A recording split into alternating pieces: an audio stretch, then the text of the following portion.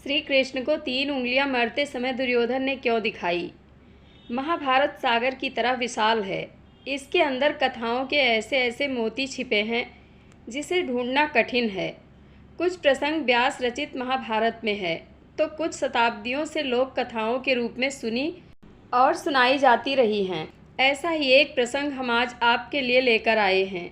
ये घटना तब की है जब भीम ने दुर्योधन की जंघा तोड़ी और वो अपनी अंतिम सांसें ले रहा था।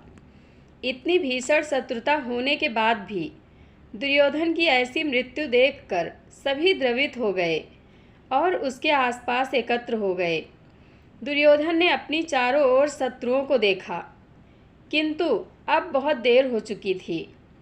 तभी उसने श्री कृष्ण को अपनी 3 उंगलियों से इशारा किया।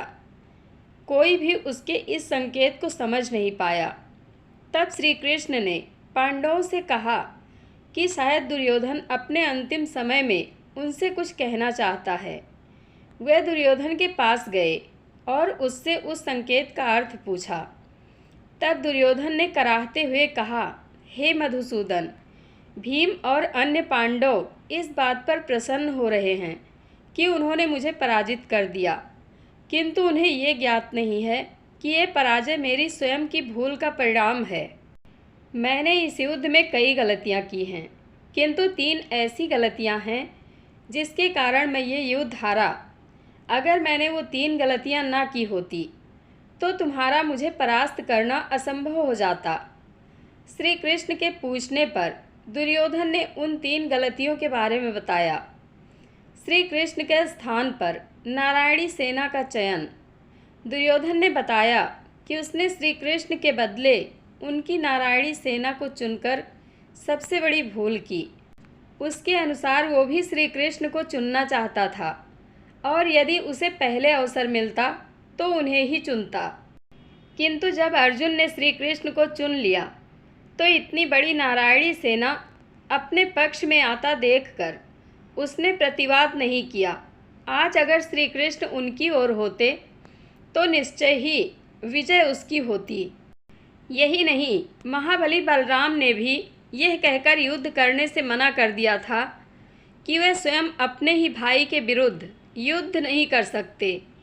यदि कृष्ण उनके पक्ष में होते तो बलराम भी अवश्य उसका साथ देते और फिर उन्हें भला कौन हरा सकता था। अपनी माता के समक्ष निर्वस्त्र ना जाना।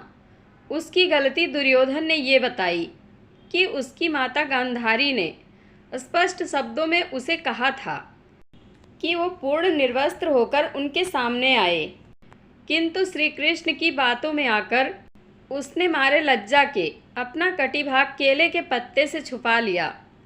अगर उसने ये गलती ना की होती तो आज उसका संपूर्ण शरीर वज्र का होता और फिर भीम उसे कभी भी पराजित नहीं कर सकता था।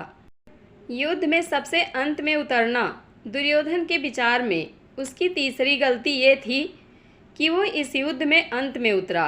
वो अपने सेनापतियों पर इतना निर्भर रहा कि कभी उसने स्वयं युद्ध का संचालन नहीं किया।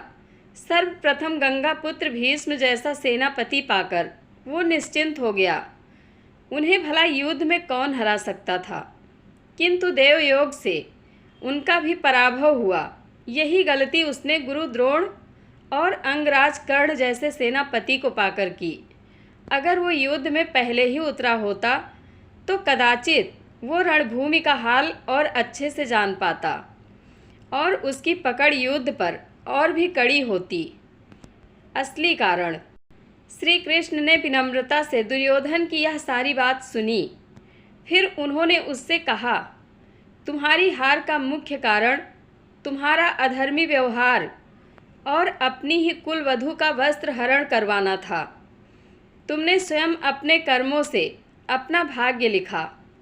श्री कृष्ण के कहने का तात्पर्य यह था कि तुम अपनी इन 3 गलतियों के कारण नहीं हारे, बल्कि तुम अधर्मी हो इसलिए हारे।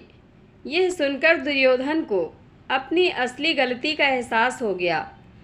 भगवान श्री कृष्ण कभी भी कौरव के साथ नहीं होते। यह उनकी ही लीला थी कि दुर्योधन ने उनकी जगह उनकी सेना को मांग लिया। दूसरी बात यह कि दुर्योधन का शरीर का वह गुप्त अंग भी यदि वज्र के समान हो जाता तो भी उसे मारने की युक्ति ढूंढ ली जाती, क्योंकि सबसे कठिन तो जयद्रथ को मारना था, फिर भी उसे मारा। तीसरी यह कि यदि दुर्योधन युद्ध में पहले होता या आखिरी में, इससे कोई फर्क नहीं पड़ता, अंत में हार तो कौरवों की ही होनी थी। तुम्हारी ये 3 गलतियां कदाचित युद्ध के परिणाम के लिए निर्णायक हुई, किंतु तुम्हारी पराजय तभी से आरंभ हो गई थी जब तुमने भरी सभा में कुलवधू द्रौपदी का अपमान किया था। अतः वीर, ये प्रलाप छोड़ो और शांत मन से स्वर्ग की ओर प्रस्थान करो। जय श्री कृष्ण। आप लोगों को कथा कैसी लगती है कमेंट बॉक्स में अपनी राय अवश्य दें। धन्यवाद।